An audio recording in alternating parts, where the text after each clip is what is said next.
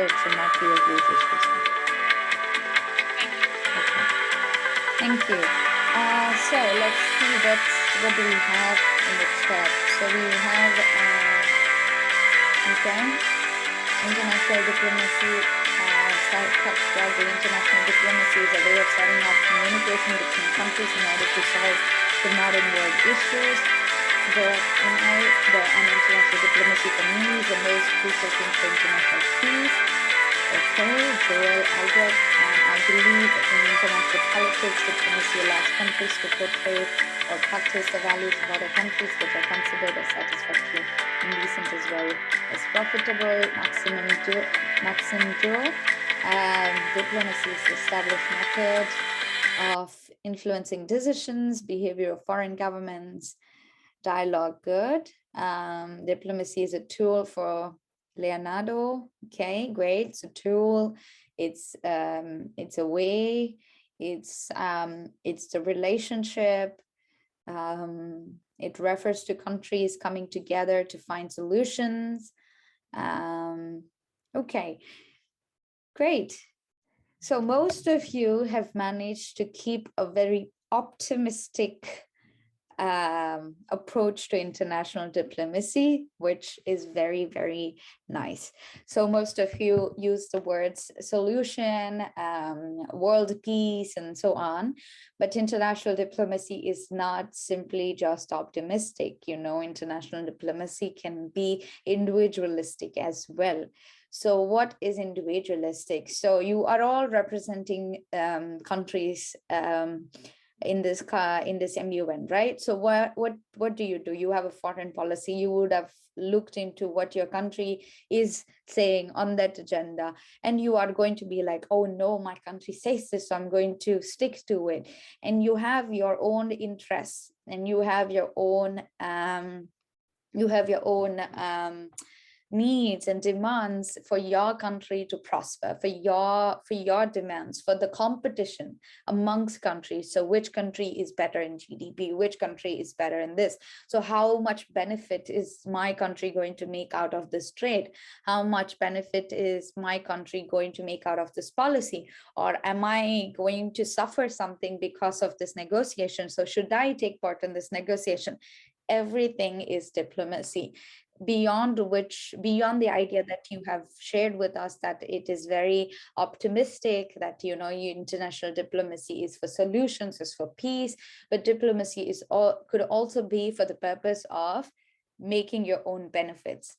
But how we are going to take diplomacy, how are we going to be diplomats ourselves, is the question.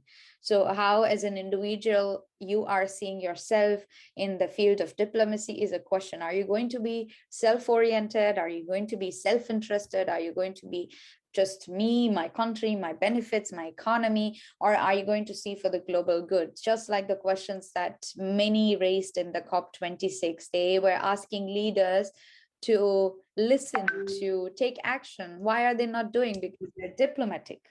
They're basically diplomatic. They're there, they're listening, they're giving wonderful speeches, but they don't want to do anything very, very effectively, because they are diplomatically prioritizing their needs of economy, their needs of industry, and so on, where they cannot give up their other demands. So this is also diplomacy. Are we going to be the bad cops or the good cops, or what kind of cops are we going to be? That's a question.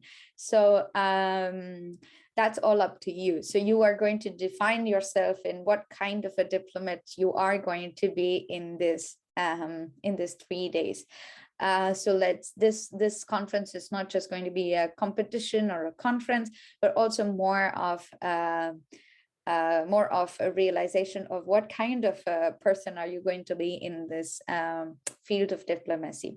So on that note, let us quickly watch a short video on international diplomacy, because there's much more than what we can try defining, or what I just said about international diplomacy. It involves so many factors, but let us watch the short video.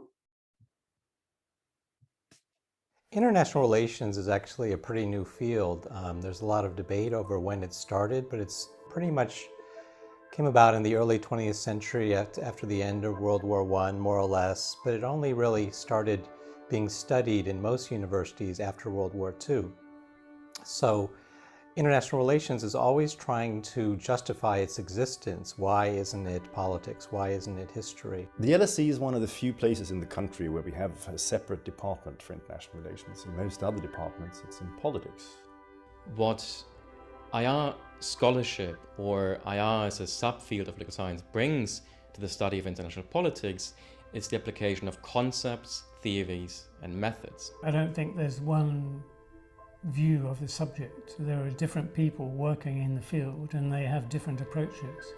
And I think this is a good thing. I think it is good that there is a diversity of approaches, diversity of methods to be used in understanding the world. But what unites them is that we're not talking about solely domestic contexts within a particular territory, but much more on how that territory, be it a state or a region or whatever, links in with other territories, and then more globally with sort of the community, the international community. But as those relations have become more complex, as transnational relations have involved multinational companies, smugglers, refugees, international relations then focuses on everything that is above the state, that flows above the territorial extent of one government's jurisdiction.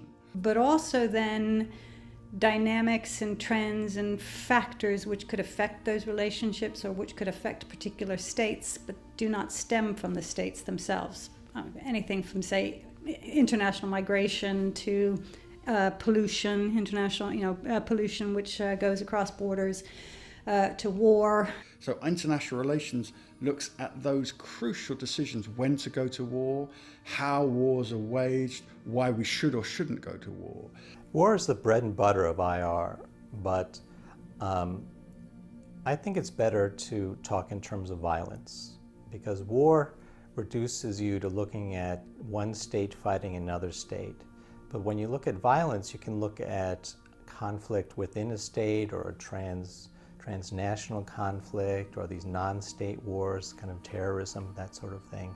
And I think that's a much broader and more useful way of studying international politics and international relations. I think what unites us then is trying to identify, you might say, at least a large part of the discipline is trying to identify causes of why certain things happen. And when you start to do that, you're going much deeper into events, into developments, into longer term trends than you could understand from a newspaper article. Most international relations is about foreign policy, and most foreign policy is about what a state thinks it should do in the world. There is always this tension between domestic political objectives, i.e. politicians wanting to get re-elected or stay in power, and therefore they focus on their more parochial local interests and they neglect the broader international cooperation that is necessary if an international economy is going to remain stable. Now, what is interesting about IR is how in the past 30 years or so, people have questioned this state-centric notion of IR.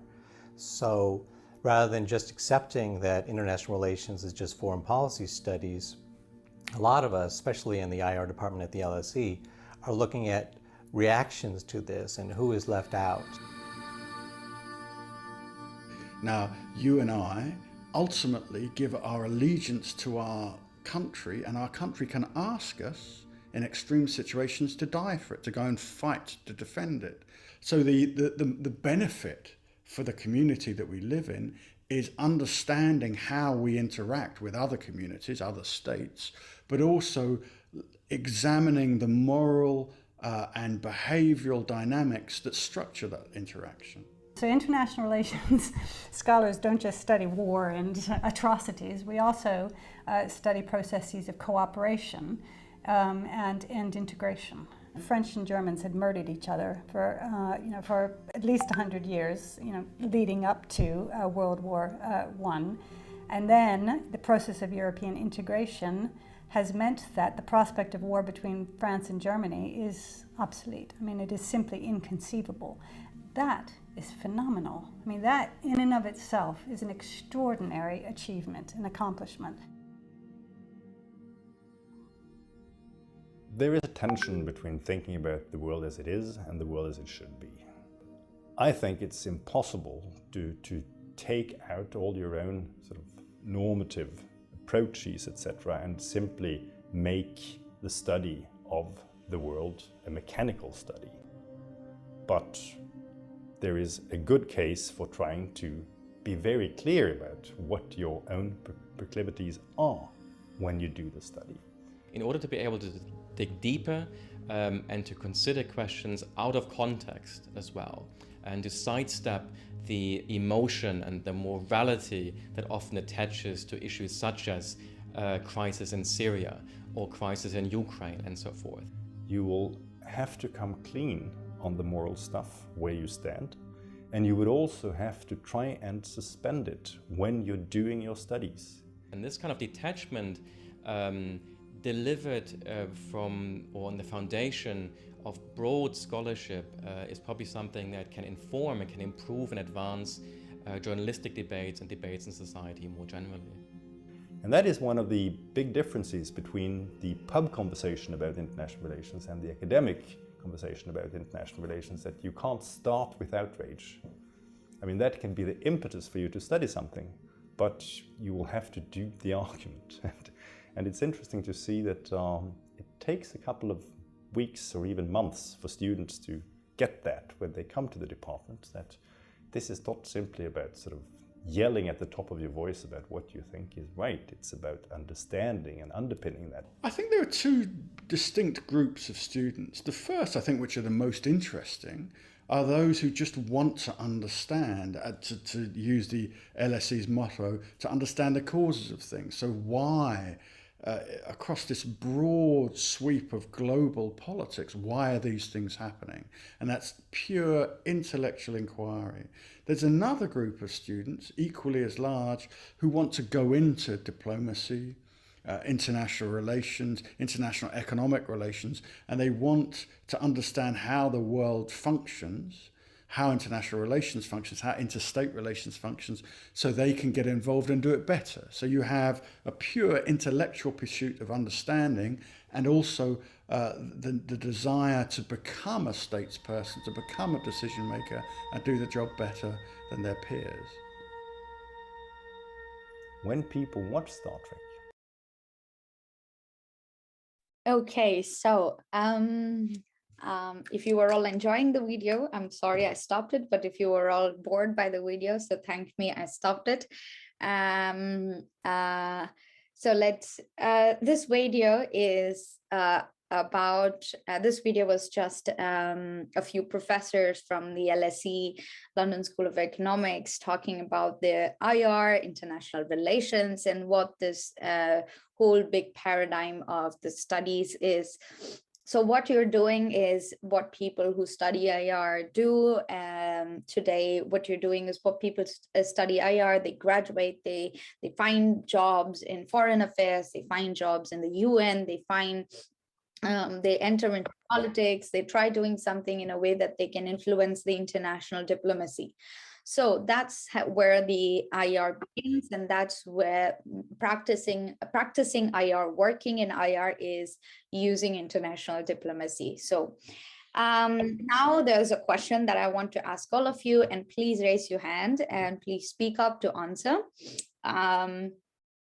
So what were the key words that you found these speakers using in this video? They were using a lot of key words, which are very specific just to what you're doing in the next 3 days or in the field of international diplomacy or international relations itself. What were these keywords? Any keywords, it might be anything that you could grab out of this video. So what found, it could be 1, 2, 3, 4, 5, any number. What were the words which kept you in the field of international diplomacy? So kind of words. So raise your hands. Please raise your hands. Anybody? Yes. So, Aishwarya, War, war, solutions, solution, and um, violence. and violence, Violence. or solutions and violence. Great. Thank you. Aditya. War, peace, international security. Minimalismus.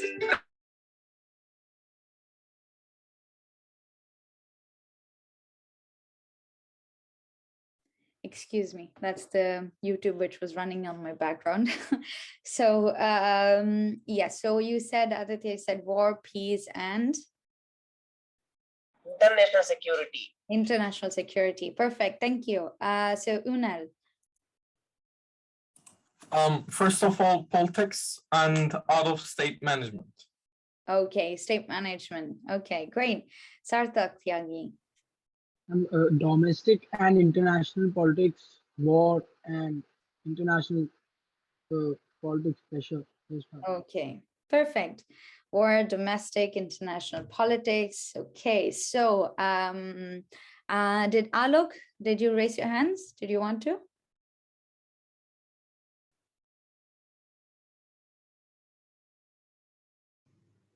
Hello.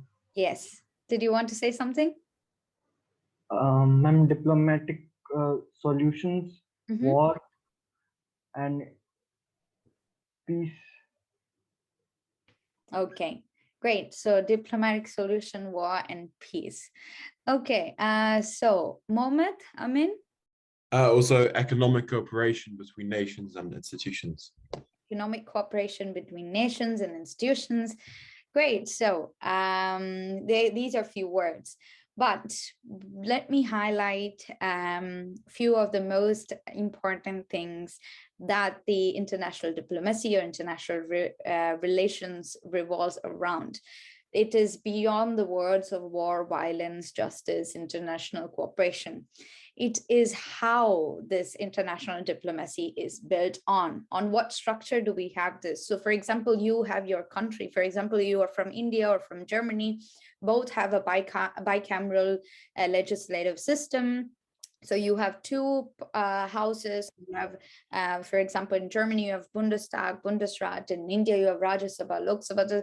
You know, this is the way the domestic politics in your country is built on. But how is international diplomacy built on? It is built upon various things, especially it begins with the stakeholders of international diplomacy.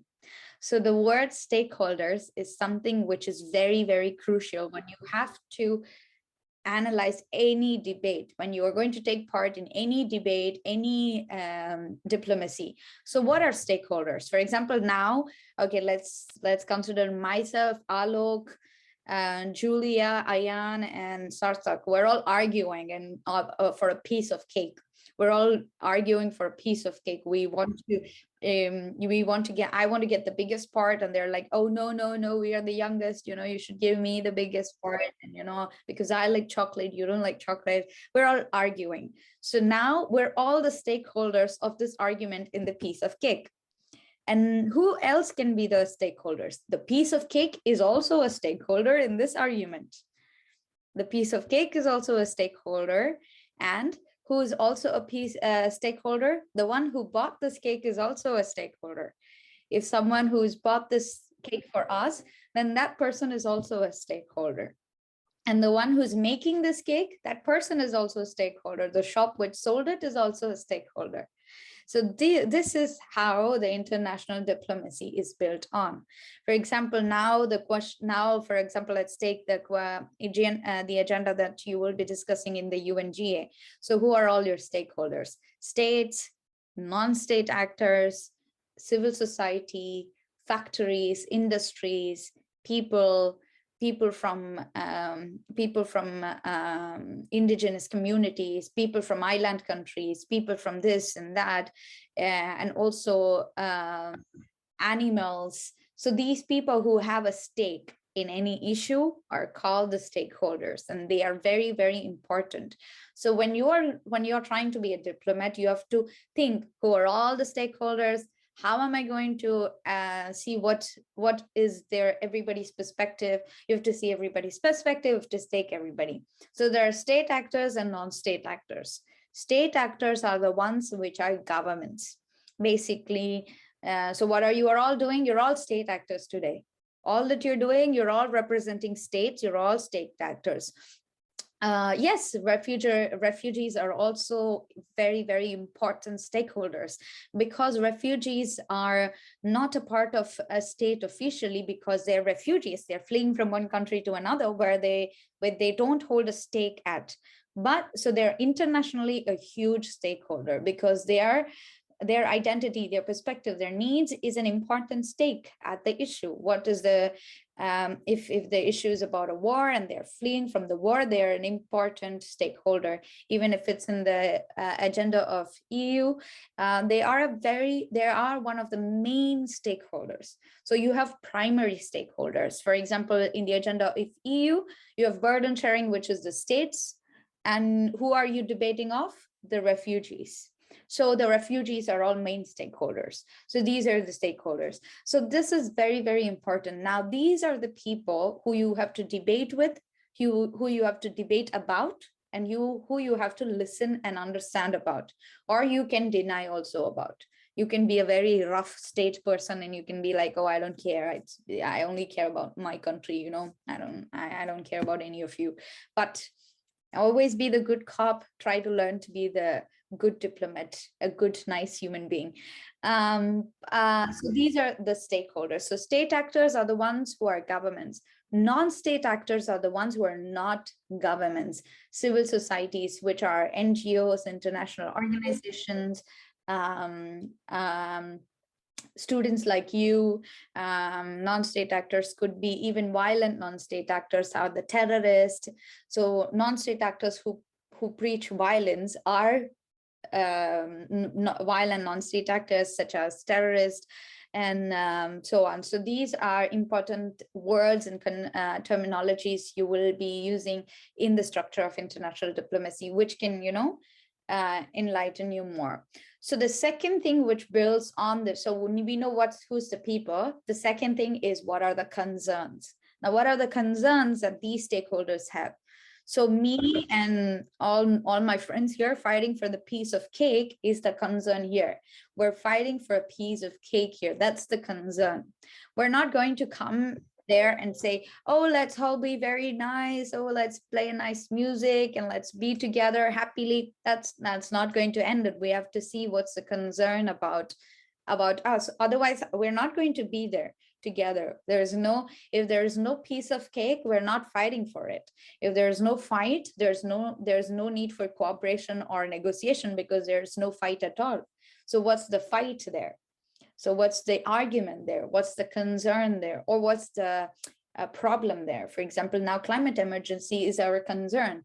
Refugee crisis is our concern. What's our concern? That's the next thing you will have to be very, very specific about. So it's not just about sticking to your needs and your policies, but also about the concerns. So the words that you heard in this video about these concerns were the words you just mentioned: war, peace, violence, pollution, international border crisis, so many things. These are the concerns. And then comes the approach. How are you going to approach these concerns using these stakeholders? So you are a stakeholder yourself and you know the concern, and what kind of approach are you going to take? As you also saw in the video, you can be a very understanding person. You can try to understand what's happening. Okay, oh my God, this is a situation. Okay, the person on the other side is going through this. So why? You can try to understand, or you can be very self-interested. You can be like, I understand, but I'm sorry. I have to protect my own kind. I have to protect my own people. I'm sorry, I can't do anything. Or you can deny to understand itself. That doesn't come by purpose. You know, when a person does not understand, it doesn't come by purpose. When a person doesn't understand, they by nature are not understanding. It's not like I won't understand, you know, and the person is not like, okay, I won't understand. I'm not going to try understanding. It's that by purpose itself that they are not able to understand. So as diplomats, our main job is to make others understand. So making others understand is the main job of diplomacy, is a main character of diplomacy. So if you want to become a diplomat, if you are thinking that I'm going to go to the United Nations, argue against countries and say, hey, you did this, you did that, then you're thinking of the wrong diplomacy. It's the wrong idea of a career that you are thinking of. The right idea is to try making others understand what you need, what they need, and what the world needs for the best and the good. Even for what you need, even if you're being selfish, think how you will be arguing with your sibling. If you have a younger sibling, most of you would have done it. I did it as well. I would try to make that person understand, and I would try to make him understand.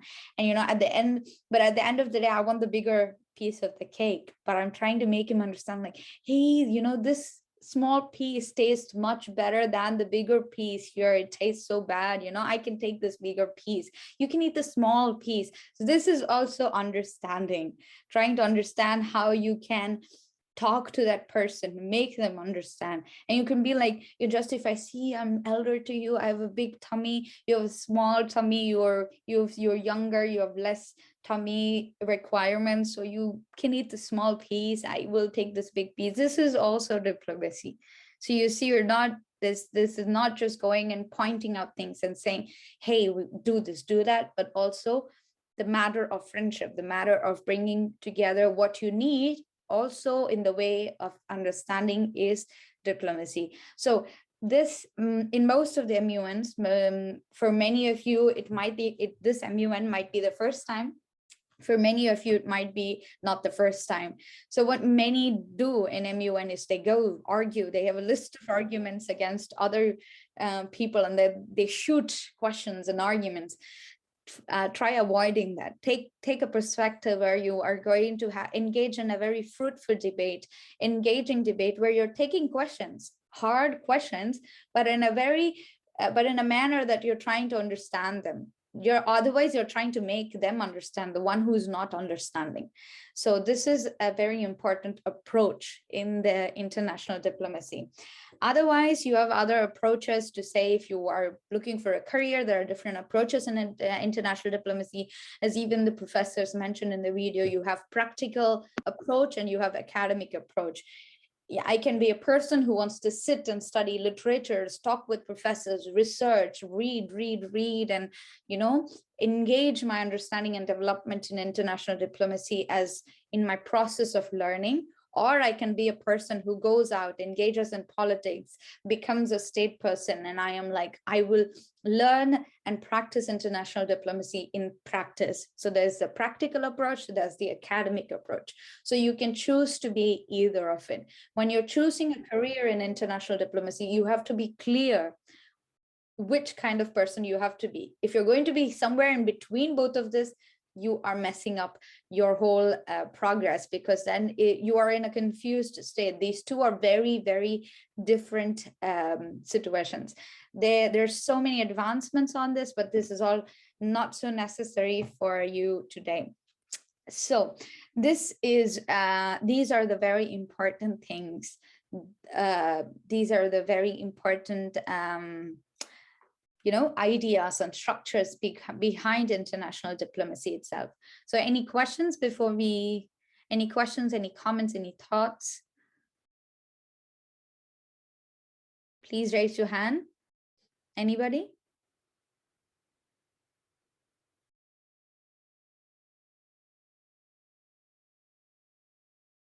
Okay, so either I have been excellently conveying my points, or I've been boring all of you. Let's see what you all do in the 2-3 days conference, so I will know if I conveyed my point or I bored you.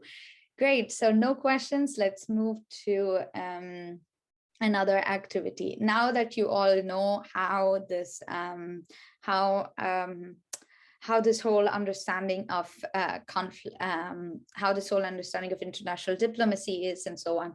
So now let's take a story. Now let's take a conflict story. Okay, would anybody like to suggest a conflict story, or shall I pick one? Some conflict story which is globally common, like everybody knows about it, some kind of conflict story like that. Rabbit and the tortoise.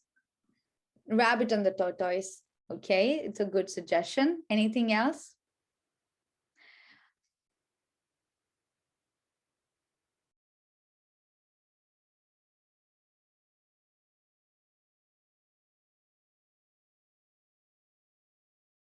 Okay, so let us make it, okay, let me do something. Okay, there is a well. There is a well, and it has okay, let's say it has 73 tons of water. Okay, it has 73 tons of water. It's a huge well. It has 73 tons of water, exactly 73. So the well is built in such a way that it cannot be divided, that if you want to separate water, if you have to send out water, you will have to only send it out 1 ton, 1 ton, 1 ton. You cannot send it like 0.5 tons or 0.25 tons, something like that. So if you want to open water for supply, you can only open 1 ton in one whole quantity. Okay, so there's 73 tons of water. Now that we have two groups of participants with us today, the EU participants and the UNGA participants. So EU is a country now, UNGA is a country now. Okay, EU and UNGA participants are a country and EU is a country. Now, both of you are arguing for this water, 73 tons of water. UNGA, as you all know, has more number of committee members, so has more population. So UNGA has 30 people living in it, and EU has 25 people living in it. So this country, the country's population is 30 and 25 at UNGA and EU respectively. So there's 73 tons of water. How are you, both of you are arguing for this water? One is saying that, oh my, this well is built mostly by our ancestors, is what the argument of EU. EU is saying our ancestors built this well, so we should get most of the water. The UNGA is saying the well is in between both the lands, and the water comes from between both the lands, and we have more population, so we need more water. You are using water and you're wasting water, so we need more water. So how are you going to argue this situation and find a solution? So let's give 10 minutes, just 10 minutes. Let's see what kind of solution both the EU and UNGA is trying to bring together. So now all of you can try. So I will moderate this. So just raise your hands and I will call upon you and you can start saying. You don't have to be very, in format or very formal. You can just try finding a solution to this. Okay, so we have one UNGA representative, Aditya, and then Unal. Can I tell the answer? Yeah, no, it doesn't have to be an answer. You have to negotiate. You have to say something, because then both of you are fighting. You can't give an answer. You can't give an answer yourself, because that answer is, you won't accept it. You will be like, it's your answer. Why should we accept it? So yes, go ahead. Both UNGA can have a time so that they can collect the water in the particular time. So for example, EU can collect water during the time of 6:30 to 7:30, and UNGA can collect in the time of 7:30 to 8:30. Okay, wonderful. But then EU is taking more water. You are running out of water. They are taking more water. What would you do? Let's come back, but then let's listen from Unal. First of all, I would like to start with, I understand the need of UNGA with more population. However, as in most of the conflicts globally, there is a birthright for every nation. And as we can see from EU's opinion and side, we have our ancestors who created the water source, and therefore our population, the people of EU, deserves that water. Okay, that's an argument. Good.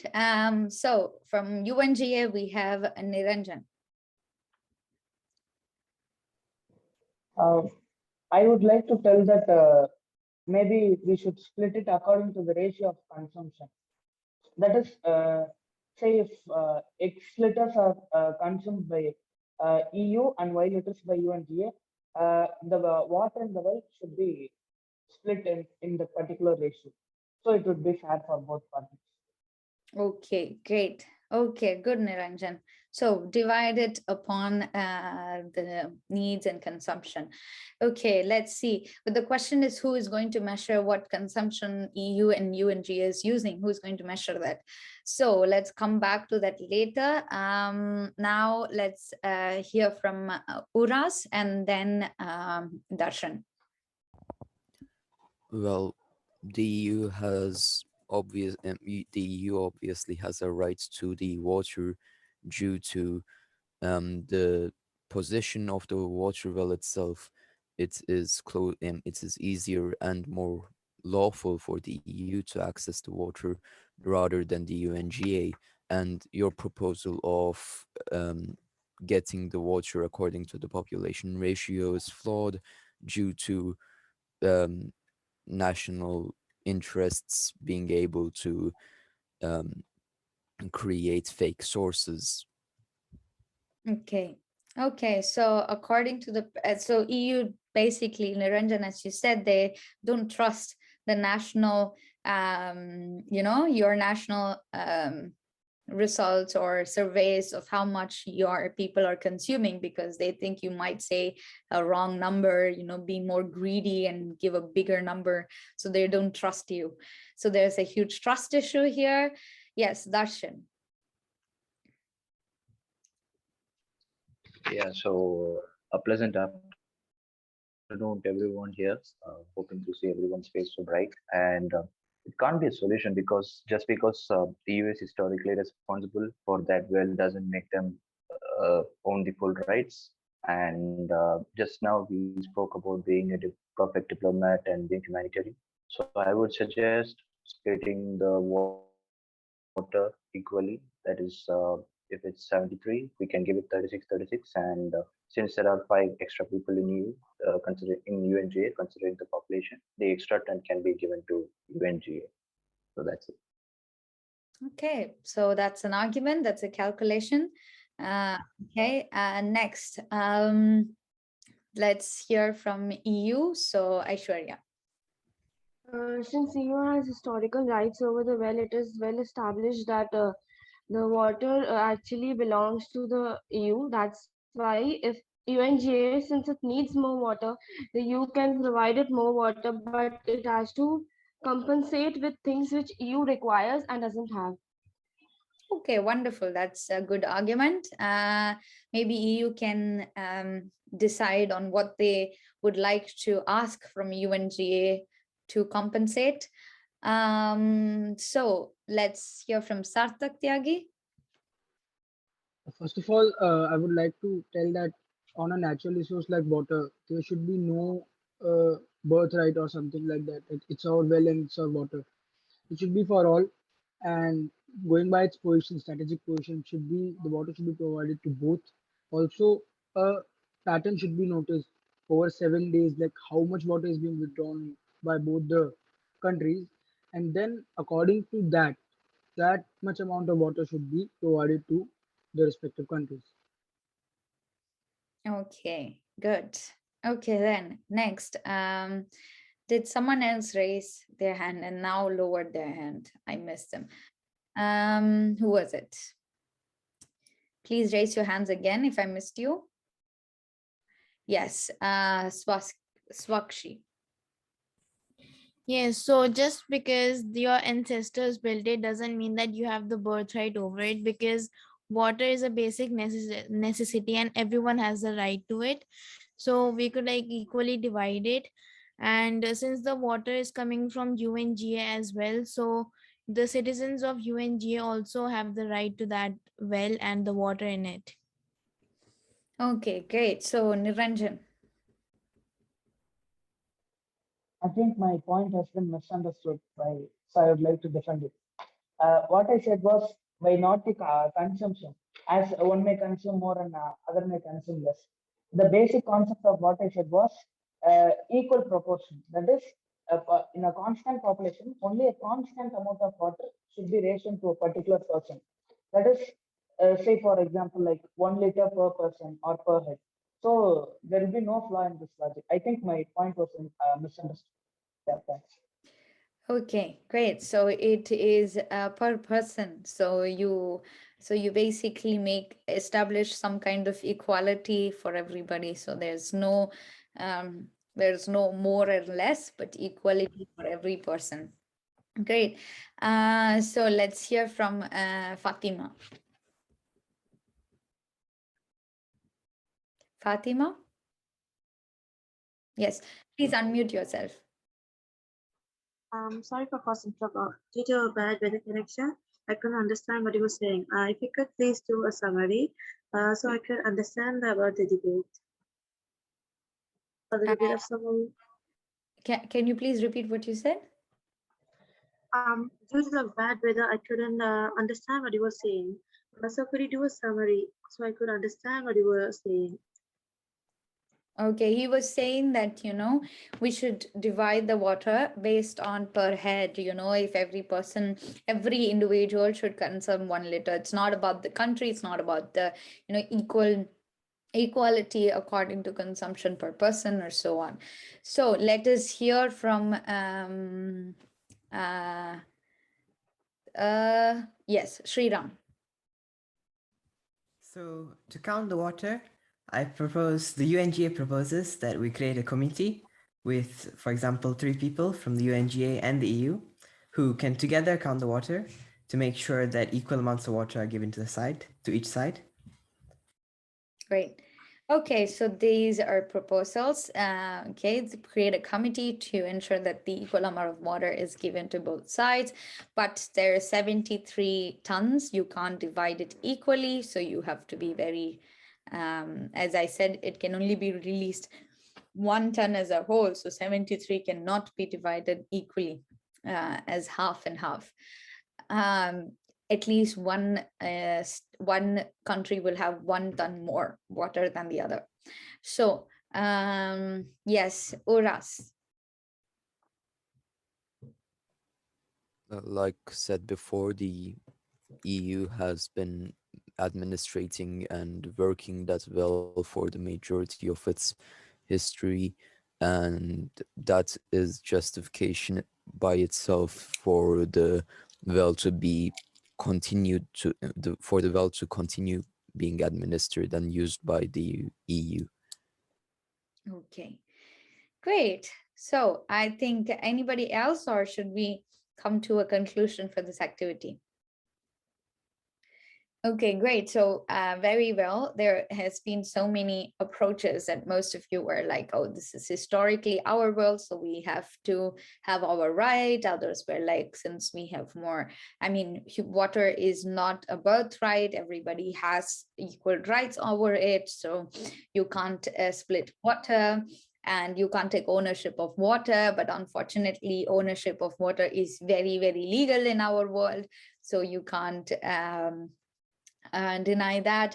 But taking all your argument, there was an interesting point that you can trade in. So if we give you more water, so if EU gives more water, EU and GA can give EU something which EU needs, for example, maybe food, barley, wheat, or something which is more grown in the UNGA. So more so compensation. So this is how most of the negotiations come to a win-win situation. Use the situations of win-win where you try to satisfy your other party as well, other stakeholders as well. So you should make sure that they only then there will be a diplomatic win, because then both of you benefit of something. If the other person is in dire need and they are ready to pay any cost for something, then you can be stubborn on your needs. then you can be stubborn on your demand. But if they are not in a situation of being very dire, they're like, no, I will argue till I can, because I deserve this, something like that, then you have to try negotiating. So the word negotiation, the practice of negotiation, is a very, very important thing. Negotiate. What do you do in what do you do in the shops? If you go to vendors, you ask them, or when you buy things online, maybe eBay or something, you say, oh, this is not so good, so maybe, no, I can't give you 10 euros, I can only give you 8 euros. So you're negotiating there. And the person is like, oh no, I bought it so long ago, and I kept it so well, and it's functioning so good, and I've added so many things on it, so I need 10 euros. And you say, okay, I will give you 9 euros, but you give me this as well, you give me this charger as well with this, or something like that. And then the person's like, okay, now take it and go for 9 euros something. This is what you do. You all know this. Most of you would have done this negotiation. This is the negotiation that even you have to engage at the international level, even at the stages of war, peace, and everything. How was the EU formed? EU was formed under a big negotiation treaty. Basically, the EU brought in Germany, France, and other countries, main countries, just to stop Germany from producing more steel and coal. Because if Germany produces more steel and coal, it can equip itself for more wars. So the other countries and Germany also realized that they cannot sustain any more war. And then they came up to this negotiation that let us produce steel and coal in a required manner, that we bring a decision together, we start working together.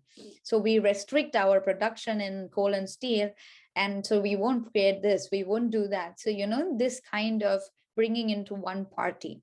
So another suggestion of creating a committee with both the people overseeing it are steps. To follow are the implementation steps after your decision. So you have decided after your negotiation, and how are you going to implement it? The implementation comes with committees, with treaties, with bodies, with United Nations, and so on. You see, so the negotiation is not the United Nations. The negotiation is the states, is you. The implementation is the international actors, or the national actors, or the local actors, or the bilateral actors. Bilateral means two sides. Multilateral means multi-sides. So this is the basic method you should take in trying to find a conclusion. So when you're going to start arguing today or tomorrow or debating, try looking at solving the issue, try countering the other parts with such kind of negotiations. This is how you can become a very good delegate. In other terms, in MUN terms, the best delegate. So try being the negotiator, try being the diplomat than the arguer. The arguer is not the diplomat. That person is simply an arguer. So the diplomacy comes with your practice of diplomacy. So yes, this is all just a very huge construction of how the whole idea of United Nations works, but United Nations is not United Nations without the member nations, without the member countries in it. So what do they revolve on? What do this international diplomacy revolve on? They revolve on three main things. Can anybody try guessing what these three main things are? What does the international diplomacy revolve on? Three main factors. Anybody? Try guessing.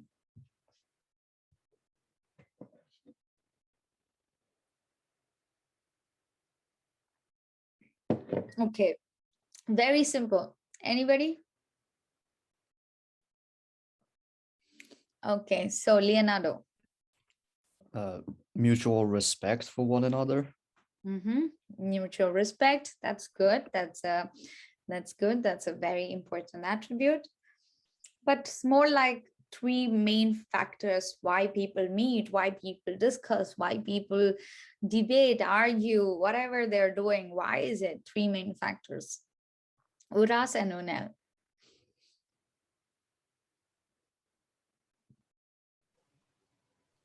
Hierarchy. Hierarchy. Hierarchy. Unel. Hi. First of all, I think it should be mainly focusing on resolving a conflict and preventing an firearm.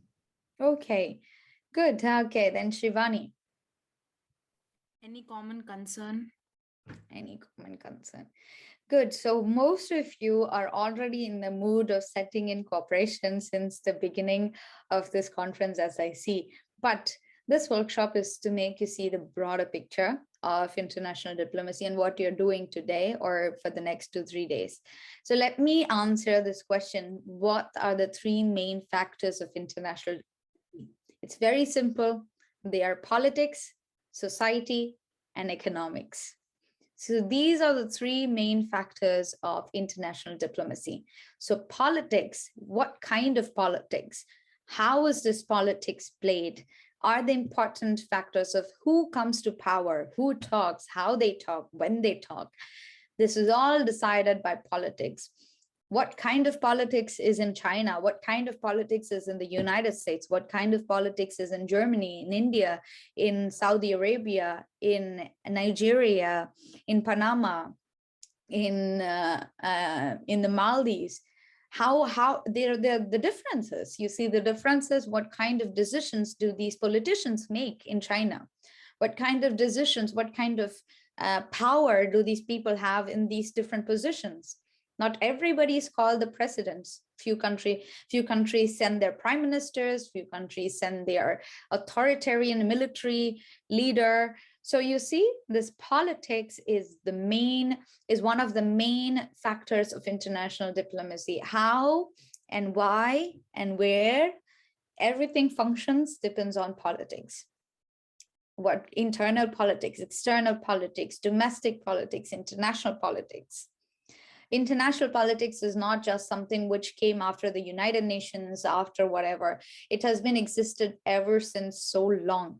International politics existed when there was colonialism, when international politics existed when there was war in between communities and kingdoms. 2,000, 3,000 years ago, when there were kingdoms and when they went to war, when Jesus Christ was born and when he died, and even before the birth of Jesus Christ whatsoever, there was international politics, because people moved from one place to another, bargaining, making decisions, engaging with other communities. So politics existed. So international politics is a very, very strong actor and a force in international diplomacy. The second thing is society. You can all guess why society is important, because the society decides how are we going to live in this world? How am I going to live in this community? How am I going to live in this country? So for Indians are comfortable living in a way in India, but they are not comfortable living in another way, like how the Americans do, or how the Nigerians do, or how the Chinese people do. The same way French people are comfortable living in a way, but they can't live the way the Saudi Arabians live their life. They cannot live in such a way. So they decide the social structure, the hierarchy, the caste system, the class system, the economic system of every society plays a very important role. How gender plays an important role. Few society has patriarchy, few society has matriarchy, few societies do not even consider women as human beings. Then these are all social structures. How they play in the society is very important. So international affairs is about the society. When you're talking about a war in Afghanistan, you're talking about how that society is functioning, how the Taliban wants to see its society, how the international community wants to see Afghanistan's society grow, how the Pakistan government wants to see the Afghanistan society to grow, how the Afghanistans themselves, how they themselves see their society to grow. This society, the factor of society, how we interact in the society, is the other factor for the international diplomacy. The other main thing is economics. Economics has driven many countries into war, into peace, into everything. European Union reached its maximum heights because of its economic unity, because of its economic policies, which brought it together, its establishment, its economic establishments, supported all the other EU countries grow very strongly together. At the same time, the same economic led the Europeans into war years ago. And the same Europeans centuries ago had colonized the world for the purpose of growing their economy. Companies of the British Empire conquered the world. They conquered Africa, they conquered East Asia, they conquered everywhere because of economy.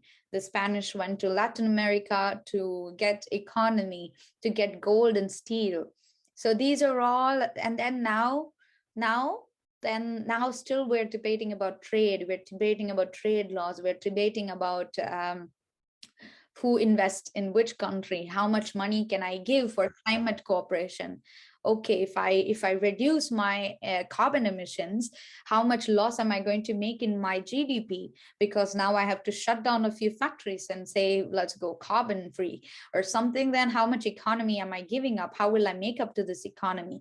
Everything is dependent upon economy. So, and also these three factors, politics, society, and economics, are so much dependent on each other. So when you're debating, when you're trying to debate, be it the refugee crisis or the UNGA, think using these three factors. How is these three factors being played in this crisis of your discussion? How are the refugees being involved?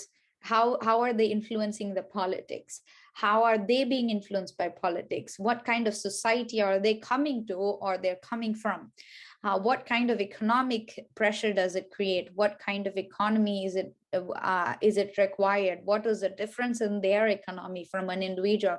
How poor they are, how rich they are. And also the same way with the climate change. What kind of political situation, political will, what kind of social society are we talking about?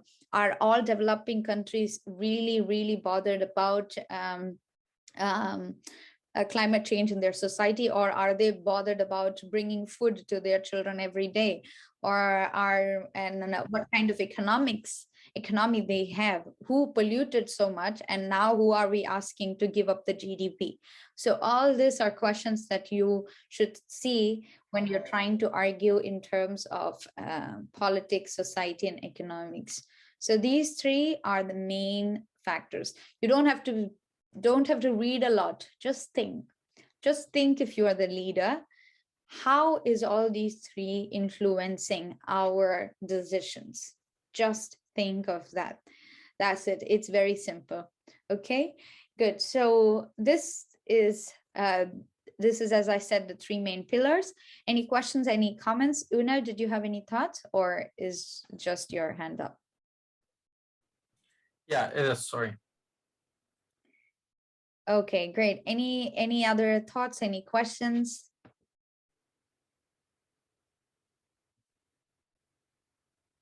Okay, seeing there's no questions, no thoughts. I will, so we're mostly coming to the end of this workshop, but before, oh yes, we have someone. Fatima, do you have a question? Not a question, but could you please make an explanation about the three pillars, because I want to understand more. Okay, so what kind of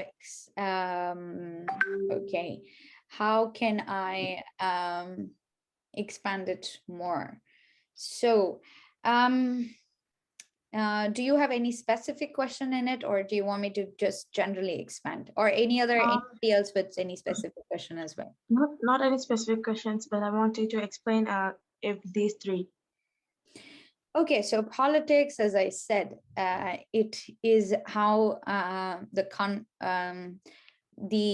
the member states decide. So, for example, you are all here because of your political positions in your countries, right? So then you take up a political policy. So the policy you make are because of the politics you are involved in.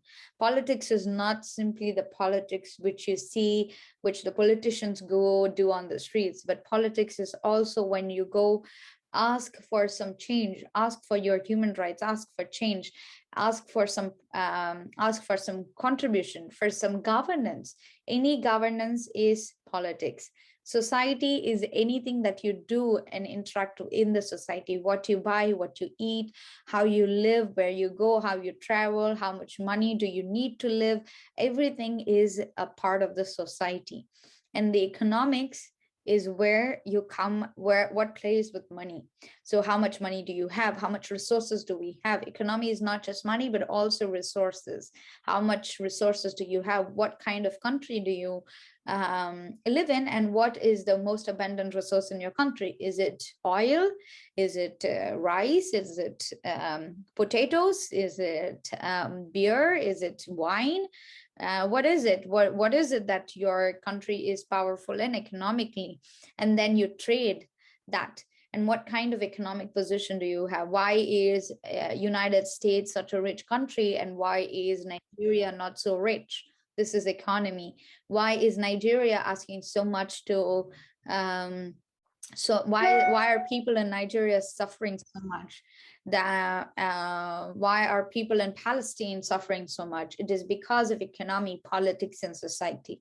So you will have to analyze these three main components in your discussions and your debates in all your agendas. That's what I clearly said, but you can read most of it. This politics, society, and economics are like huge courses, degrees. Like you can do masters, PhDs in these degrees. So it's a huge branch.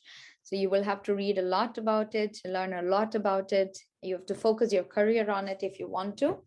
But international relations is just one small subject under politics, under economics, under society. It's just one small subject. It's one chapter of the whole huge politics, economics, and society paradigm. Okay, so that's being said, let's quickly move to what we will be doing, the United Nations. So the United Nations is what you will be simulating. And obviously we have the European Union. So the European Union, as you all know, is composed of the European member states, has different bodies, the European Commission, the European Parliament, and European Council, the Council of Europe. So they all make up to what the Europe's decisions are on its supranational policies. What is supranational is when a few countries come together and they say, okay, let us give the power to one agency above us to decide and to take responsibility of these factors. For example, trade, for example, tourism, for example, travel, something like that. And then you say that, let them do it. Let them do it. I don't want to be the sovereign power of that debate. So that is when you establish a supranational power, which is the European Union. European Union is a supranational power. But in more general ideas, what are we doing today? We are simulating a United Nations simulation. United Nations is nothing but an intergovernmental organization. Why is it intergovernmental organization? Because all the governments come together and they have established a platform called the United Nations to debate, discuss, and have interrelations between this government. That is why it's called intergovernmental organization. It is an international organization, but to be more specific, it is an intergovernmental organization because the United Nations does not function without these member states. It needs the member states to be alive. If there's no member states, then the UN is not alive. But for example, take other organizations, for example, Amnesty International. It is an international organization. It can function even if there's no member states supporting Amnesty International. See the difference? That's what I said. Okay, so so how many of you know, how many of you are sure about all the UN processes? How many of you are not so sure?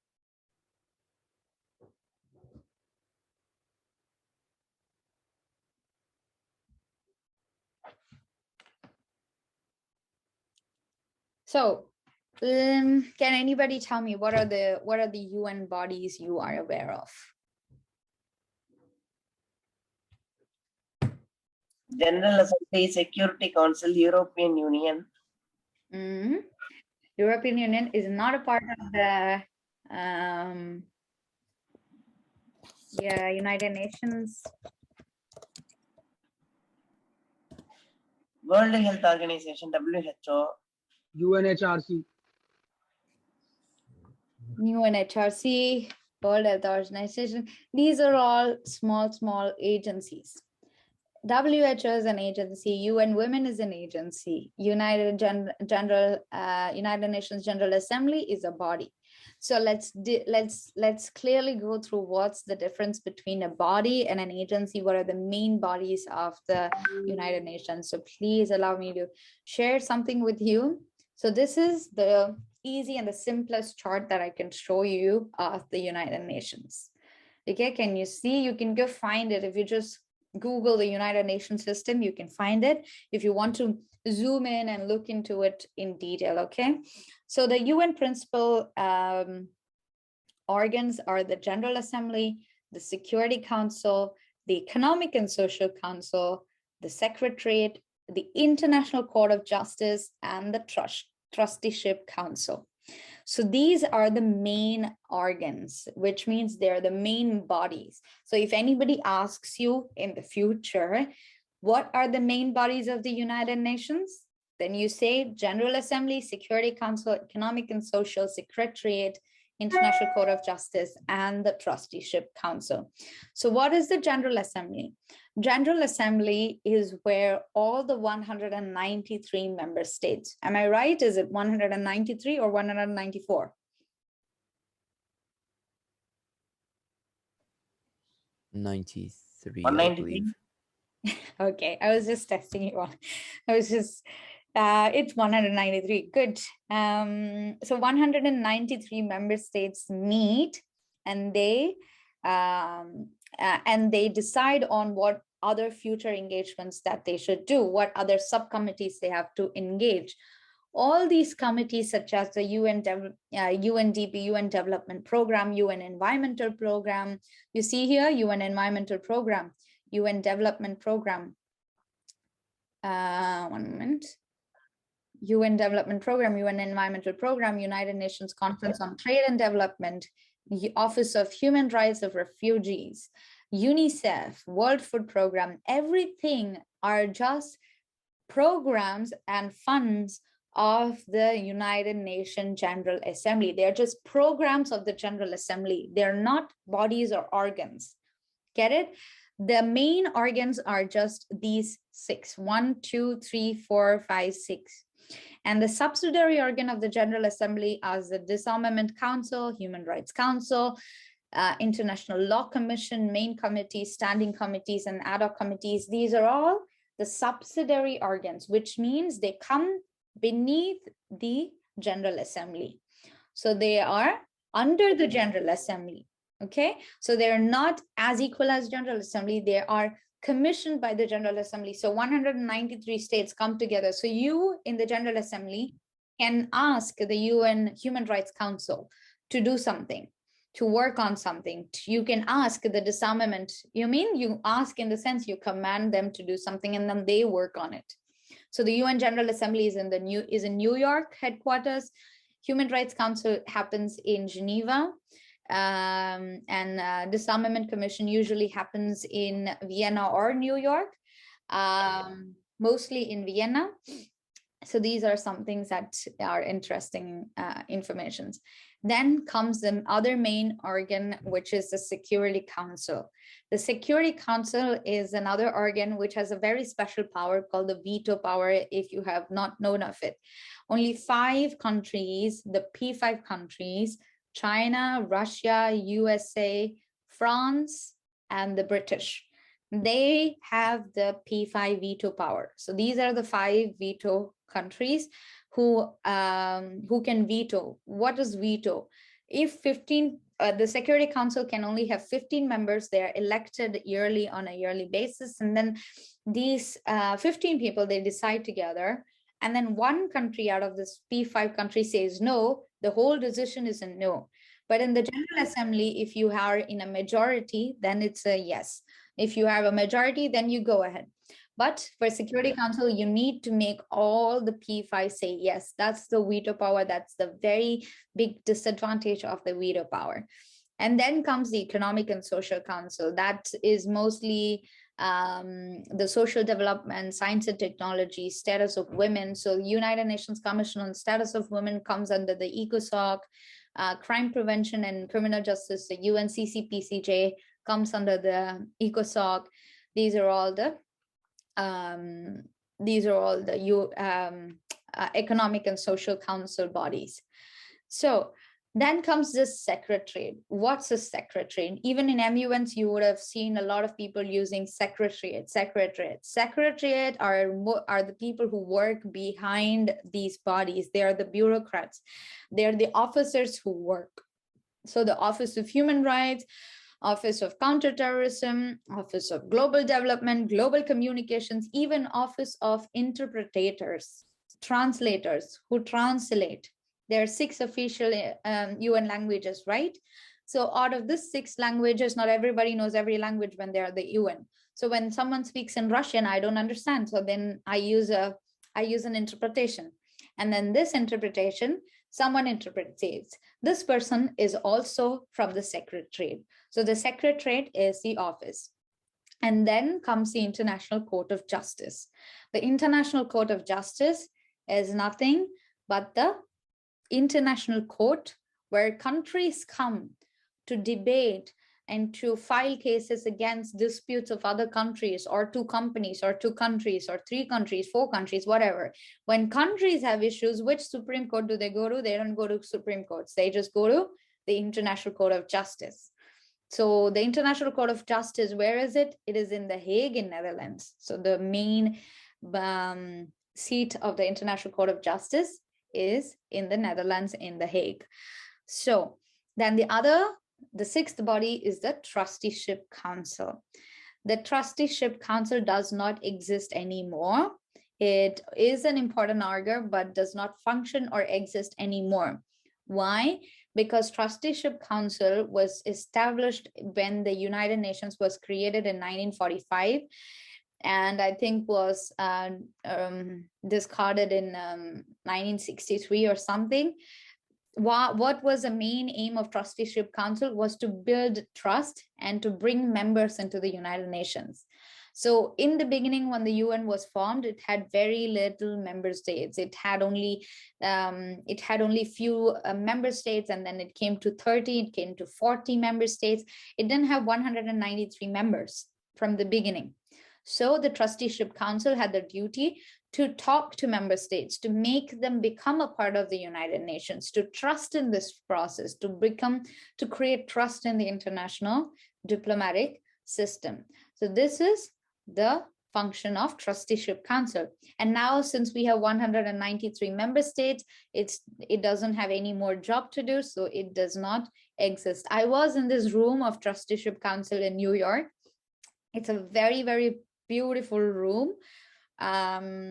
It was a place where many member states signed their membership into the United Nations itself. And the Human Rights Council is the room in Geneva. So I've been there, and I think that's the room where you see the picture where the ceiling is with a blue art, the blue ceramic art by a famous mosaic artist. So that's the Human Rights Council. The General Assembly is the one which you see, the UN, the big room in New York. And the Security Council is the one which has just 15 chairs, just 15 member states in New York as well. So this is just a quick introduction to how the UN system itself functions. So in the future, if someone asks you, you have to be very clear of who has what mandate. Every committee, every program has a mandate. So you cannot function more than that mandate. If you ask Security Council to talk about economic issues, they would say, sorry, this is not in our mandate, because they are supposed to only talk about peace and security. They're not going to be talking about economic prosperity. They're not going to be talk about human rights and economics, because for them, they're going to be talk about war, peace, justice, women and peace building and all that. And they're not going to talk about economics. If you are going to ask the General Assembly, they can talk about anything. The General Assembly is for general matters, for global matters. So that's the nature of the UN. Any doubts, any questions?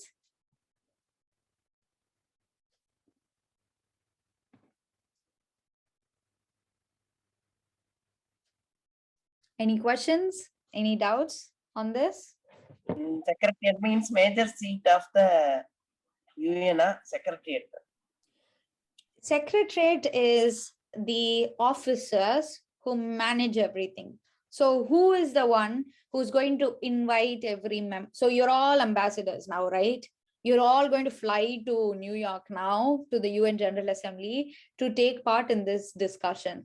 Now, who's going to arrange that room for you? Who's going to send you invitations? Who's going to manage, who's going to arrange that conference for you? Who is going to brief you with what is what? Who is going to bring the moderator? Who's going to nominate the chair? Who's going to lead the discussions? Who's going to arrange the rooms for it? Who's going to manage the security for you? Everything is the job of the Secretariat. Just like what the Polity Link is doing here. We organize this conference. We are opening this platform for you all to discuss. So we're the Secretariat here. You see, so we are the Secretariat. If you want to work in the United Nations in the future, then you're actually meaning you want to work in the Secretariat.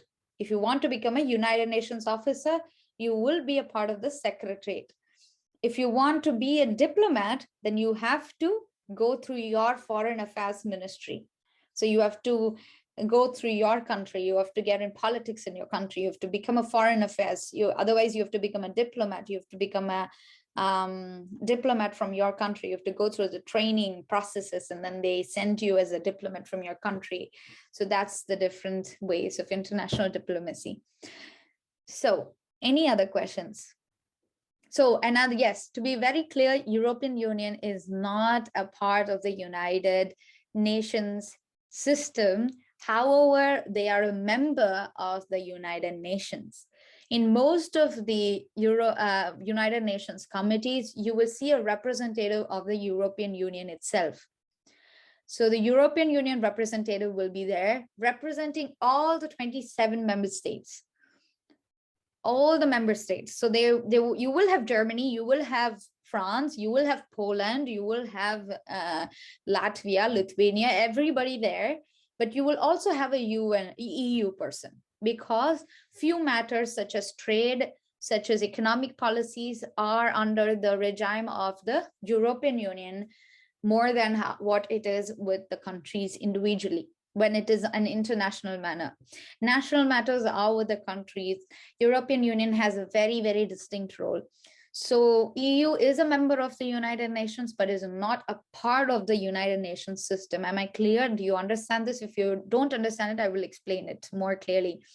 But EU itself is a separate organization. It's a separate supranational organization. It has a parliament with around 800 parliamentarians, member of parliaments. They are elected from all over European Union. They're elected, just like how elections happen in India or in Germany or in anywhere in the world. In democracies, they are elected. So they're the second largest democracy as a European. So India is the first largest democracy in the world. The second largest democracy is the European Union because it brings all the population together in a democracy. They have elections, the European Parliament. It has a European,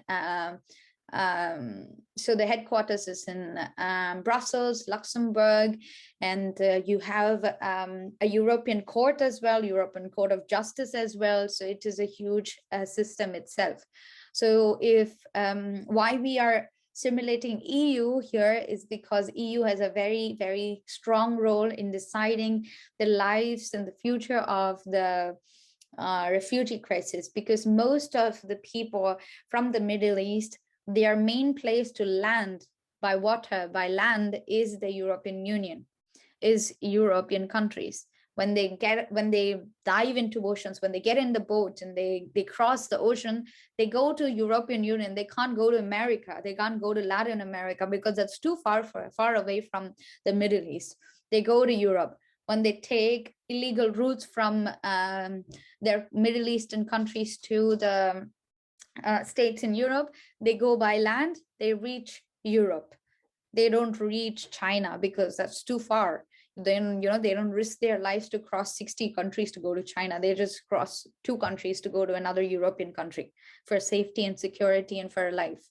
So that's why European Union has the money and the responsibility to protect refugees, as has many countries do in the world. So that's why this is an important debate. So any other questions?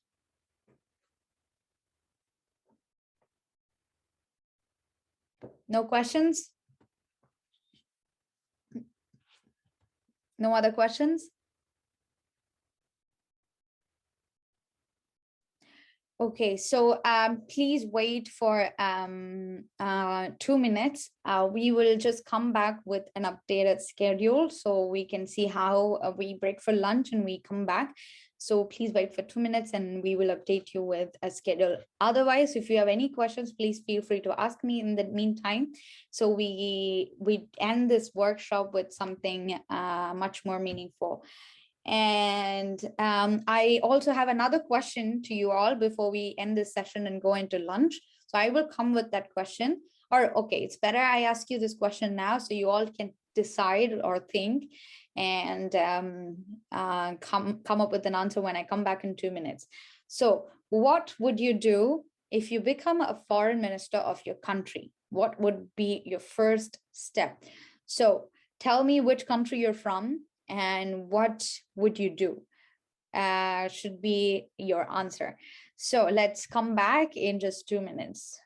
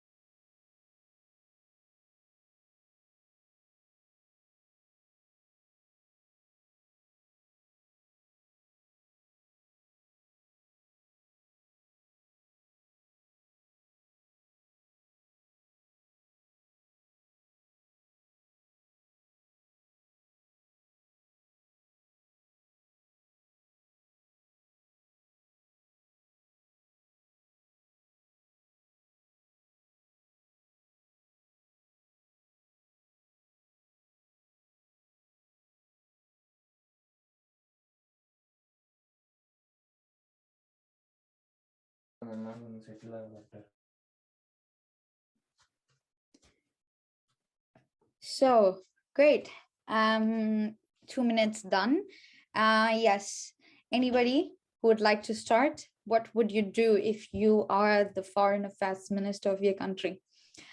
So Unal and then Sarthak Tyagi, also encouraging all those who haven't spoken to speak as well. Please try speaking. Otherwise, I will start picking you all from the random names I have in my participant list. So Unal, yes. First of all, I am from Turkey. And as a citizen of a country which has horrible relationship with almost every country in the world except Azerbaijan, since 2011, I would visit many countries of EU and from outside, just to clear things out and make the relationships at least neutral again, so we could base and improve on a certain basis, not from bad reputations and bad memories from the past.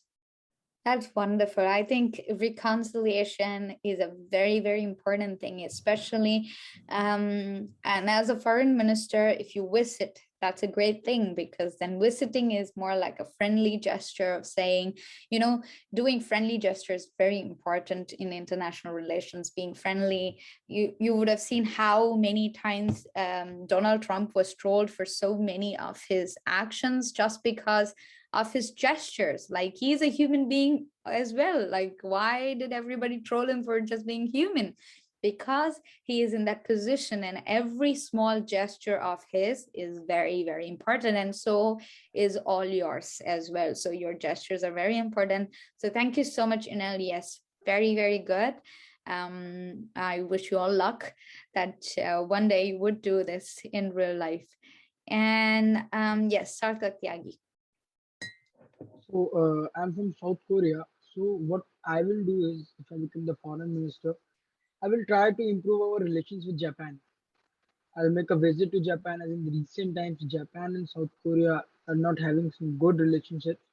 So I would like to improve that, and will further try to improve the trilateral relationship between Japan, South Korea, and the United States, which will not only lead to our individual development but also the development of the world. Because South Korea, Japan, and USA are indeed one of the biggest contributors in the world. So yeah. Good, wonderful. Yes, trilateral partnerships are very, very important. Also, another thing is triangular cooperation. So this is a very important term and phenomenon in development cooperation. As you see in why is it a triangular cooperation? What is it? Is triangular cooperation is you have an economically powerful country such as Japan, United States, and then you have a mediator country such as Switzerland or India or anywhere, and you have a very, very poor country, the least developed countries, who such as Zimbabwe, so on, and then this triangular partnership for cooperation and development is called triangular cooperation. So this is a very, very important thing, and trilateral partnerships between powerful states are also very, very important. Great, thank you so much, Sarthak. Yes, now Uras. I am from Turkey, and my aim as foreign minister would be to go to EU and more generally NATO countries in order to save face which has been lost across possibly decades of poor leadership of our country. Sure. Great, wonderful. Yes, that's the, you know, many countries, especially democracies, have to take responsibility of both good and bad from the past. That is a very, very important thing.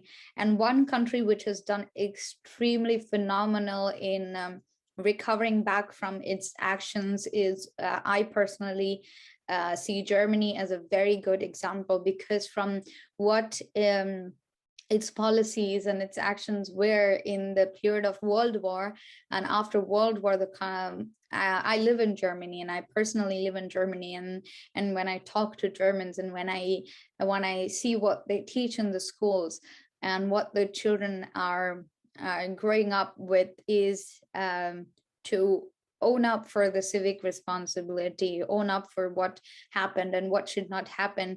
And their foreign policy has been really really different from what it is, and they own up. And you have to put up, not just Germany, many countries in the world will have to take the responsibilities of the past.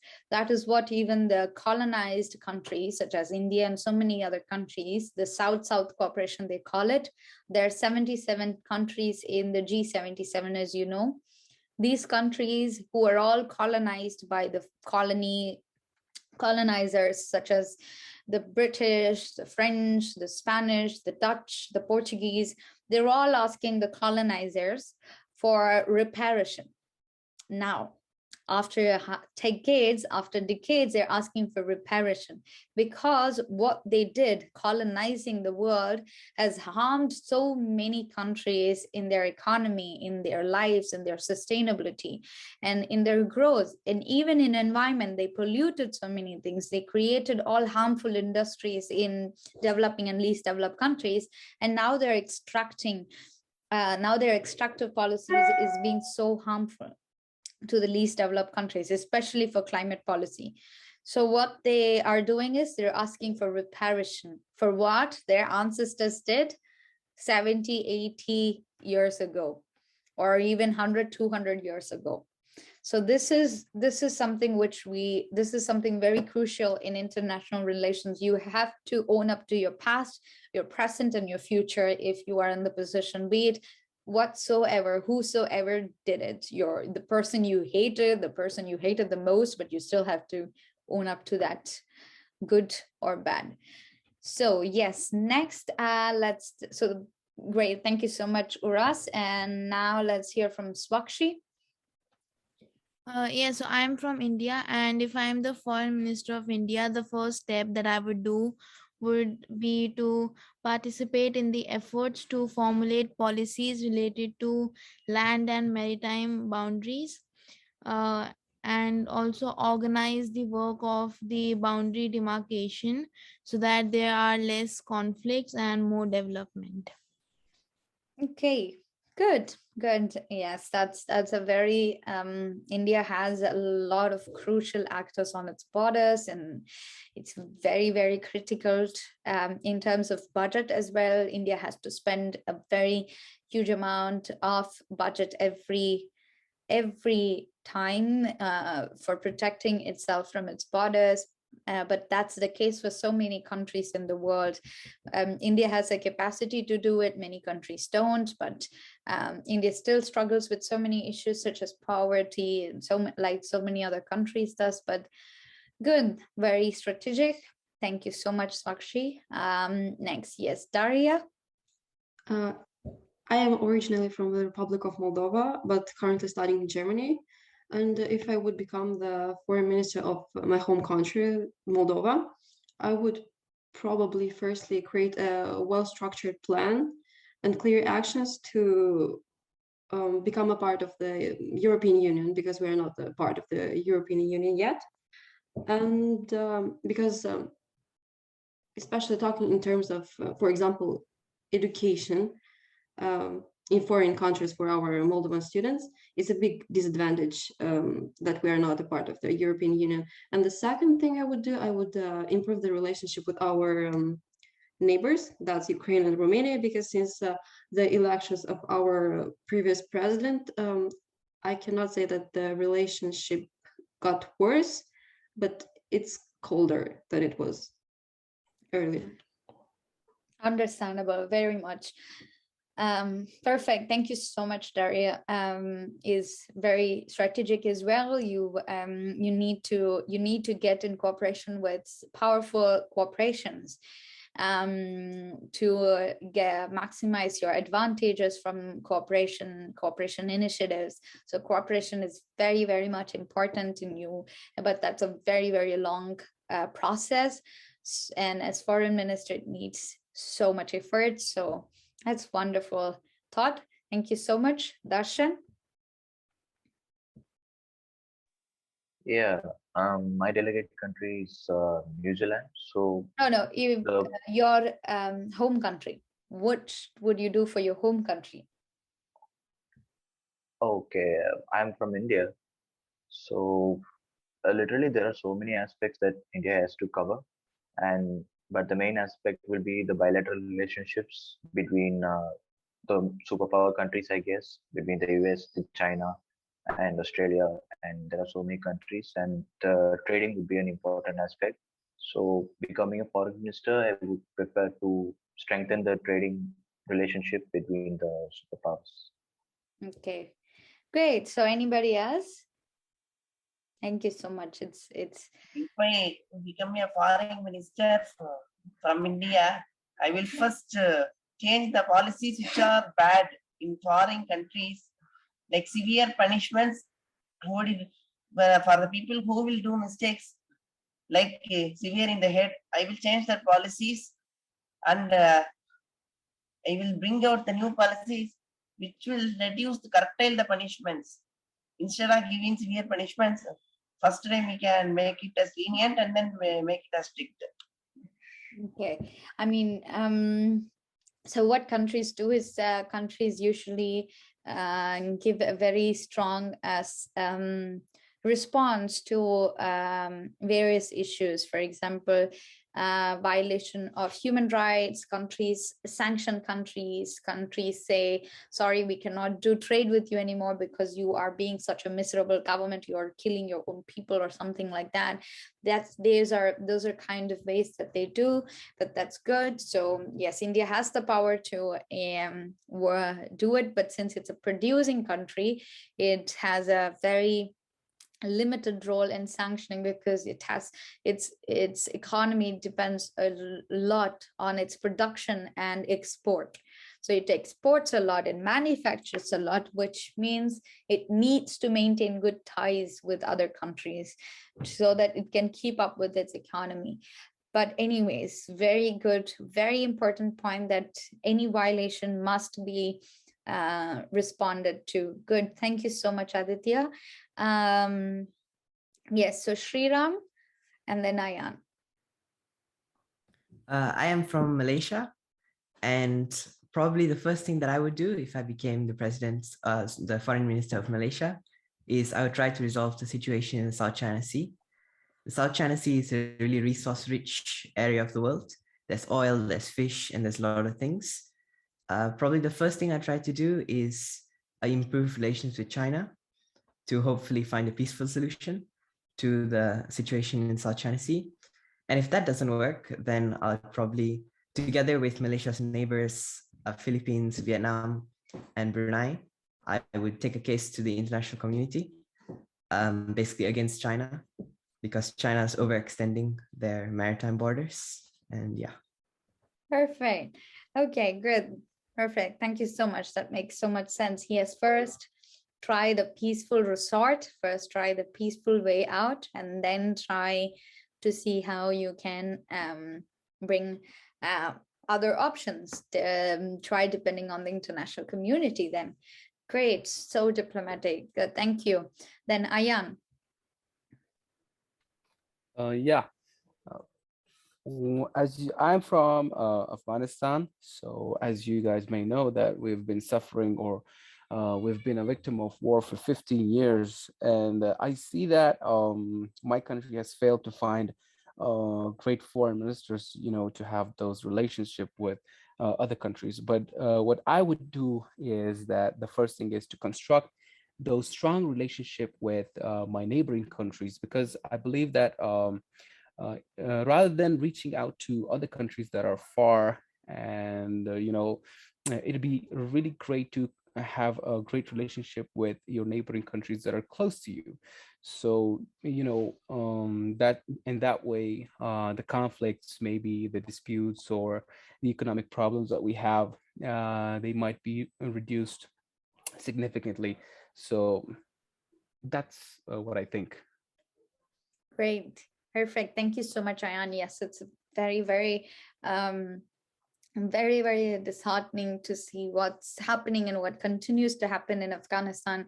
PolityLink has a very special friend from Afghanistan. She was a former UN Affairs advisor to the President Ashraf Ghani. She is an advisor to PolityLink as well. So we keep in constant contact with her, and we always plan on things to raise awareness and to work for the situation in Afghanistan. Yes, the issue of capacity, the issue of institutional capacity for Afghanistan is very important now. You need to build proper leaders to make proper relations with the regional powers. That's very, very important. So thank you so much, Ayan, and wishing you all luck. So Rima. My home country is Sri Lanka. My country is been affected by was affected by wars for the past 30 years, and still there are many terrorist attacks and many um, religious issues in our country. So once I become a foreign minister, I want people to understand there is nothing related to religion or war, because our country is being suffocated because of religion and fighting over religion for past many years. And I wanted to stop all of this. I wanted people to understand that there's nothing to do with religion. It's all about humanity. So I want everyone to understand that. That's all. Perfect. Thank you so much. Thank you so much, Rima. Yes, cooperation, first, solving internal issues is very important, but at the same time, as foreign minister, you can bring in external support for your internal issues, for such as civil war, such as conflicts. So foreign affairs does not mean you making growth outside, but it can also mean that you are using the international community support for the growth inside your country. So not just for competition, but for survival as well. So good. Thank you so much, Rima. And next, let's, yes, so Sarthak, did you have something to say?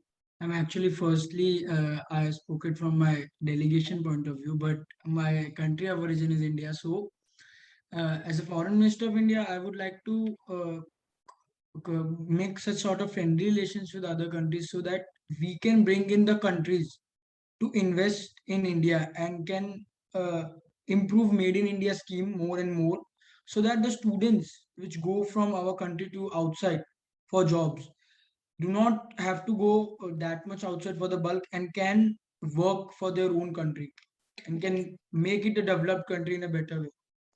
That's a very valid point. The issue of brain drain. So what Sarthak Tyagi just mentioned is the phenomenon of brain drain.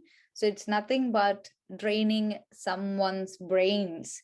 So the brains, which are the people with the brains, they go out from most of the developed and least developing countries. They go out and they work in all these developed countries, and they contribute to their economy, their GDP, and not their home country's economy or growth, whose country is suffering so much from. Even the vaccination, the people who invented these vaccinations for COVID from Europe were actually not Europeans. They were all migrants. If you read more about it, the main scientists behind it, they were all migrants. People who work in the NASA, they're all migrants mostly. So, but they do contribute to the growth and development of the developed countries, which is basically brain drain. They could do much more, but they need more resources and more support in the home country, which is a very good argument to bring. So thank you, Sarthak. Do we have anybody else? Okay, so good. That was great. That's very inspirational. Yes, Rima, you had something?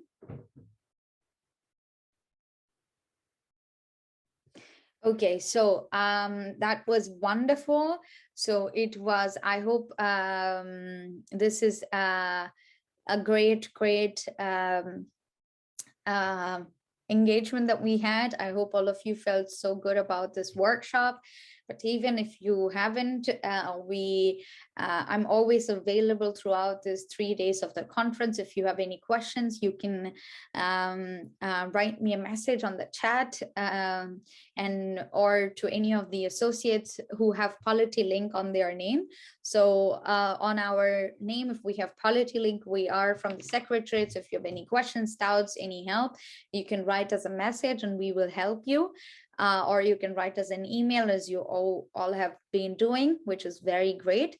Apart from that, I'm so happy that this workshop went very well. Thank you so much for all your engagement, and all your participation is so inspirational. So keep doing the great work.